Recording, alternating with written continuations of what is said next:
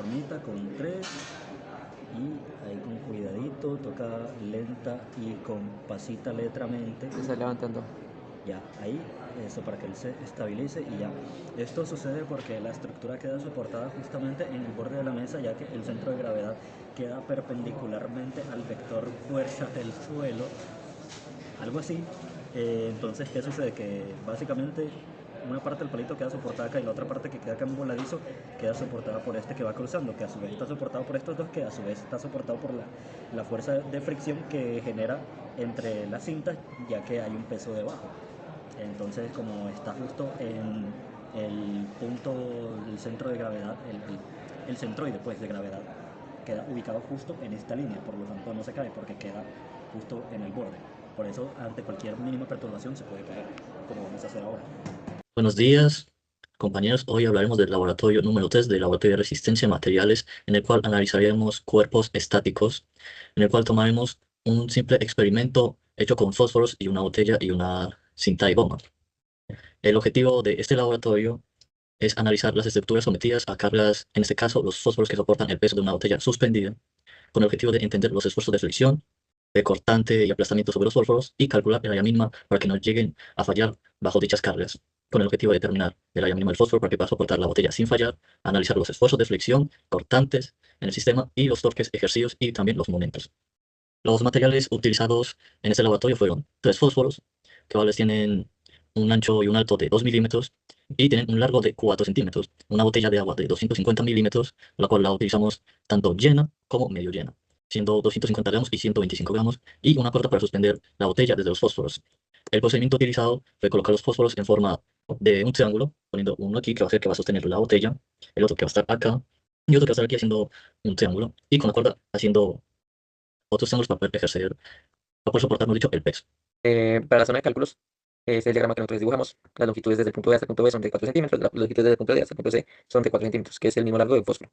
Para el ángulo alfa, utilizamos 4, que es el largo en sí de un fósforo, y la hipotenusa, que nos dio un ángulo igual a 45 grados, que sería el ángulo que está acá, que sería el equivalente a este ángulo.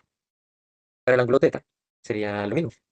El largo de un fósforo sobre la hipotenusa nos dio un ángulo total de 26. Y ya para hallar el tercer ángulo, que es el de beta, como un triángulo tiene que tener 180 y hallamos el ángulo de alfa. Y pues hay un ángulo rectangular de 90 grados, entonces pues despejando beta, pues decimos que es de 45, sencillamente. Lo mismo para mega. Para el tema de la fuerza, se sabe que fuerza es igual a masa por aceleración. La aceleración es igual a la gravedad, que pues en el caso de la Tierra tenemos como 81. Eh, el botilito tiene una masa de 250 gramos, que pasa a kilogramos sería 0,25. Para hallar la fuerza, utilizamos 0,25 por 9,81 y nos dio el valor cuando está llena de 2,45 newtons y cuando está medio llena de 1,225 newtons. Entonces, para nosotros hacer el diagrama de fuerzas, decidimos dividir el dibujo completo en 3 pequeñas secciones. Para la sección 1 utilizamos la parte de abajo y nos da tal cual así. Para las fuerzas del eje X es la fuerza B, que es igual a la fuerza de A. Realmente esto es coseno de este ángulo, pero pues como es el mismo ángulo, se cancelan. Entonces, son iguales las fuerzas realmente. Para en el eje Y, como se está haciendo la fuerza distribuida, este tiene la misma fuerza que esta. Entonces, básicamente se pueden sumar y esto tiene que dar igual a la fuerza, que es el peso de la botella. Se despeja y así se halla qué resistencia, bueno, qué tensión está teniendo estas cuerdas. Para la sección 2 hicimos lo mismo, una sumatoria de fuerzas en Y y otra sumatoria de fuerzas en X. Tuvimos en cuenta la fuerza AB con este ángulo, la fuerza DB con este ángulo y una fuerza normal que están ejerciendo sobre el fósforo que está horizontalmente, que es menos FCB. Aquí lo que necesitamos hallar es la fuerza de FCB, que es la que está recibiendo con una especie de compresión. Y para en el eje Y, pues FAB y FDB, utilizando los respectivos ángulos ya hallados arriba. Para la sección 3, que es la parte superior del diagrama, como la fuerza está siendo distribuida, FD va a ser igual a FDB. Y para el eje Y, como son iguales, se pueden sumar. Se le sumó también la oposición que está ejerciendo el fósforo en el punto de C, que aquí no está marcado, pero es de C, menos la fuerza de la botella. Y nos dio estos valores. Para cuando la botella está llena, estos son los respectivos valores. Pues es un poco necesario decirlos. Y cuando están medio llenas, estos son los valores. Luego procedemos a calcular el área mínimo de los fósforos utilizando el esfuerzo de fricción, el cual es igual al momento por la distancia hacia el eje neutro sobre el momento de inercia, en donde vamos a utilizar el esfuerzo máximo admisible, el cual vamos a sacar de una tabla, el cual para la madera blanda, que viene siendo la de un fósforo, está entre 10 y 20 megapascales. Conocemos el centro a la distancia del eje neutro, que es igual a B medios, que viene siendo la distancia de un extremo al otro, pero a la mitad. El momento de inercia, que parece que eso viene siendo el área al cuadrado sobre 12, reemplazamos todo y despejamos lo que necesitamos obtener, que es el área, dándonos que el área mínima para el momento con el esfuerzo de flexión viene siendo a la raíz cuadrada de 12 por el momento por la distancia del eje neutro sobre el esfuerzo admisible. Y en el caso de los que no están ejerciendo por esfuerzo de flexión, sino por compresión o fuerza cortante, utilizamos la de que esfuerzo máximo es igual a la fuerza sobre el área, despejando simplemente el área. Y luego procedemos a calcular los esfuerzos que están ejercidos en cada fósforo, en donde, como sabemos, la fórmula del esfuerzo es igual a la fuerza sobre el área. Y como sabemos en el fósforo DC, que viene siendo el fósforo que está así de manera vertical y está aquí, va a ser cero, ya que las fuerzas se van a distribuir por estos dos y este no va a estar ejerciendo absolutamente nada. En los otros utilizamos las fuerzas obtenidas anteriormente y obtenemos dichos valores, tanto para la botella llena como para la botella medio llena. Luego pasamos a la deformación unitaria, la cual se define por la fórmula, que es igual a la fuerza, en este caso que es P, por la longitud de lo largo, sobre el área por el módulo elástico, en donde sabemos que el largo del fósforo va a ser igual a 0.04 metros, el área va a ser igual a 0.02, pasándolo de milímetros a metros al cuadrado, y en donde sabemos que el módulo elástico de la madera va a ser 9.65 gigapascales. Luego procedemos a reemplazar dichos valores y obtenemos los resultados aquí vistos. Ahora continuamos con el cálculo de la distancia mínima a la que el cuerpo del fósforo debe estar en contacto con la superficie de la mesa para mantener el equilibrio estático. Esto se refiere a la distancia de un punto definido del fósforo que está de manera horizontal. ¿Qué distancia debe de haber entre este punto definido y el punto de contacto de la mesa para que la estructura se mantenga estable de manera estática? Entonces, dado que el sistema debe de mantenerse en equilibrio, debe de haber una sumatoria de momentos que de cero. Entonces, al nosotros tener varias fuerzas generando momentos, la sumatoria de todas estas debe de dar igual cero, teniendo en cuenta también que para que el sistema no se caiga, tiene que estar apoyado en el centro de masas pues, del sistema. Entonces, por lo tanto, se procede con una sumatoria de momentos para calcular dicha distancia mínima, en la cual se tiene en cuenta que precisamente se utiliza como centro para este cálculo, es decir, como eje, se utiliza el punto del fósforo horizontal por el cual atraviesa el vector de fuerza de la masa que está colgando en la botella, ella ejerce una fuerza y se puede utilizar ese punto, es decir, el punto medio, por así decirlo, del fósforo que está ubicado de manera horizontal para calcular esa distancia con respecto al borde de la mesa. Se tiene en cuenta que la zona de apoyo entre la mesa y el fósforo genera una reacción.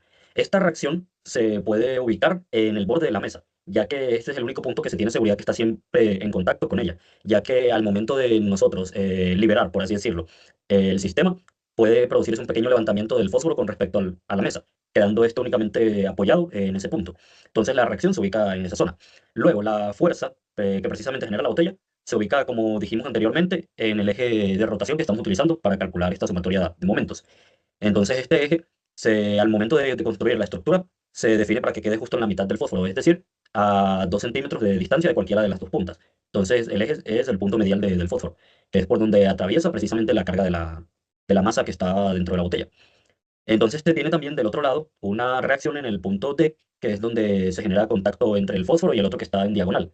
Esta reacción, a su vez, genera una resistencia estructural para que todo el sistema se mantenga estable. Pero la vamos a tener en cuenta en este caso únicamente para los cálculos de esos torques. Entonces, se genera una sumatoria de torques como podemos obtener entre la fuerza generada en el punto D por la distancia que tiene este al centro de rotación, es decir, una distancia D con la fuerza precisamente de la reacción por la distancia X, que es la que vamos a calcular. Y también la fuerza que genera pues la fuerza de la masa, la fuerza F, por una distancia de cero, ya que ésta se encuentra cruzando el eje de torques. Y como ya sabemos, cuando una fuerza se encuentra cruzando el eje de momentos, esta no genera ningún momento, precisamente porque está contra el eje. Entonces, en primer lugar, esa fuerza se descarta. ¿Qué sucede? Por consiguiente, la fuerza de reacción, como habíamos visto, ella debe de encontrarse justo en el borde de la mesa.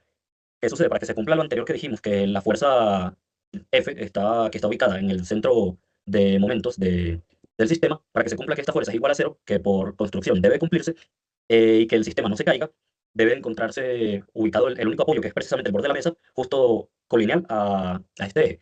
Con lo cual también eso hace que la fuerza de reacción se encuentre también colineal al mismo eje. Por lo tanto, la distancia va a ser cero. Es decir, desde aquí ya vamos sabiendo que la distancia X es cero y que el momento que se genera también es de cero. Por ello, se puede descartar también ese valor y se obtiene que la fuerza de reacción en D también es igual a cero, sin importar la distancia que tenga. Y por ende se despeja también del otro lado que la fuerza de reacción R es igual a cero, ya que la distancia, pues más bien el torque de reacción que se obtiene es igual a cero, ya que la distancia que se está obteniendo ahí es igual a cero. En sí como tal sí se generan reacciones, pero los momentos que estas reacciones generan son igual a cero. Entonces se obtiene que la distancia mínima entre el eje de momentos, es decir, el punto medio del fósforo horizontal, y entre el borde de la mesa, debe de ser de cero, ya que de esta manera se garantiza que se mantenga la estabilidad del sistema y que no se genere ninguna perturbación al estado estático del mismo, ya que se debe garantizar que el centro de masa se encuentre soportado para que precisamente el sistema no se caiga y que no se genere también ningún momento que pueda alterar su estado. Como observamos acá, se ven los diagramas precisamente utilizados para el cálculo, en donde se denota la fuerza F la reacción R y la reacción D, la cual está a una distancia de D y la reacción R está a una distancia de X, que es la que calculamos. En este caso lo que se hace es llevar la distancia X al límite de cero, como observamos en la imagen de abajo, y se observa precisamente que al eliminar esta distancia X, queda tanto la reacción R como la fuerza F precisamente colineales con el eje central, el eje de momentos. Por lo tanto, el momento que se genera en D también debe de ser cero para que todo el sistema quede en equilibrio, ya que estas dos anteriores se quedan anuladas. Entonces, precisamente estas dos reacciones contrarrestan la fuerza F para que el sistema se mantenga estático y a su vez no generan ningún momento precisamente para que no haya ninguna rotación en el sistema. Es por eso que cuando uno realiza el experimento se puede observar que al principio hay un estado inicial en el cual empieza a estabilizarse el fósforo, ya que él está horizontalmente, y con respecto a la mesa él puede levantarse un poco, pero siempre queda apoyado precisamente en ese mismo borde. ¿Qué sucede? Que si uno realiza el experimento y trata de alejarlo, aunque sea un poquito, ese punto de equilibrio con respecto al borde de la mesa, digamos que el punto de equilibrio queda acá y uno lo aleja con respecto al borde de la mesa, ahí empieza a generarse un momento, ya que el mismo centro de masas, es decir, la fuerza F, precisamente, que es la que está cruzando a través de ese centro de masas, queda, por así decirlo, sin soporte, ya que el soporte quedaría alejado de él. Y al haber una distancia entre ese soporte y esa fuerza, se genera un momento que es lo que hace que el sistema se caiga. Por lo tanto, cualquier mínima perturbación en ese sistema lo altera y precisamente hace que se desmorone. Ahora procedemos a ver el diagrama de cuerpo libre utilizado para precisamente desarrollar este proyecto. Se observa que los fósforos tienen, ya como dijimos, una longitud de 4 centímetros y tienen grosor de B, que en este caso es de 2 milímetros. Se observa también la forma de la estructura en la cual D es el punto de contacto entre el fósforo horizontal. Esto es con una vista frontal, pues, D es el punto de contacto entre el fósforo horizontal y precisamente el fósforo DC, que tiene, si lo vemos desde una vista lateral, tiene un ángulo. Pero en este caso estamos obteniendo una vista frontal. Ya lo que es ED y BD son parte de la cuerda, tanto también como EA y BA. Todo eso, básicamente toda la parte exterior de ese rombo, precisamente es la cuerda que en sí está generando una tensión entre el fósforo EB, que es lo que sostiene la masa del fósforo DC. Como tal, estos generan una reacción precisamente estructural interna para mantener la estabilidad del sistema. Se ve también abajo cómo se grafica precisamente esa estructura teniendo en cuenta el grosor de los fósforos, donde se ve precisamente un enfoque en el punto D desde una vista superior, en la cual se ve el fósforo cruzado y el fósforo que está apoyado en la mesa desde una vista aérea. Análisis de resultados. Primero podemos concluir que, teniendo en cuenta el esfuerzo admisible del material del fósforo, se puede deducir si puede aguantar la estructura o no, pues si puede aguantar los esfuerzos que va a recibir de flexión y cortante y también los esfuerzos de compresión. También se demuestra que dependiendo del largo del fósforo, es más sencillo hacerlo, ya que hacer el fósforo más largo, estos ángulos se van a volver más pequeños. Lo que va a hacer es que este fósforo entre más en compresión y así se distribuye un poco más la fuerza a lo largo, pues haciendo que este ángulo sea más pequeño, básicamente. Em, este fósforo, además de que va a recibir más compresión, va a estar más estable, porque va a estar como más fijo por la fuerza normal que está recibiendo. Los fósforos en rojo, en un inicio, cuando está la estructura poniéndose en equilibrio, están recibiendo una compresión. Este recibe una normal por las dos cuerdas, y este recibe una que es la del fósforo inclinándose o acomodándose para que esté en equilibrio, y la del suelo, que es la reacción. El fósforo amarillo está sintiendo una tensión, básicamente. Para las conclusiones, podemos concluir que el área calculada de los fósforos es suficiente para soportar la carga aplicada, o por lo menos con los fósforos que nosotros hicimos, que es de 4 centímetros de largo y 2 milímetros de grosor, básicamente. Eh, Se puede también inferir que obteniendo los fósforos un poco más largos, se puede aguantar más peso. Y si el material es muy frágil, como lo puede ser los fósforos del rey, que eso es una madera súper rara, súper chiclosa, realmente no se va a poder obtener un resultado, ya que el modo de elasticidad es muy distinto y el material es muy débil. Aquí tengo un claro ejemplo de ello, y este es un fósforo del rey. Se puede ver que poniéndole un pequeño peso en la base para que no se incline cuando está haciendo el proceso de equilibrio, ya se empezó a destrozar por el mismo peso que fue de una loción. Aquí hay otro ejemplo, queda como aplastado. Y aquí está el ejemplo de uno que está en equilibrio y ya con un poquito de peso ya tuvo una pequeña inclinación. O sea, ya está todo endeble. Recomendaciones: hacer una buena distribución del peso y utilizar materiales con buena resistencia, no como estos fósforos. Bibliografía: Mecánica de materiales de octava edición de Russell C. Hibbeler.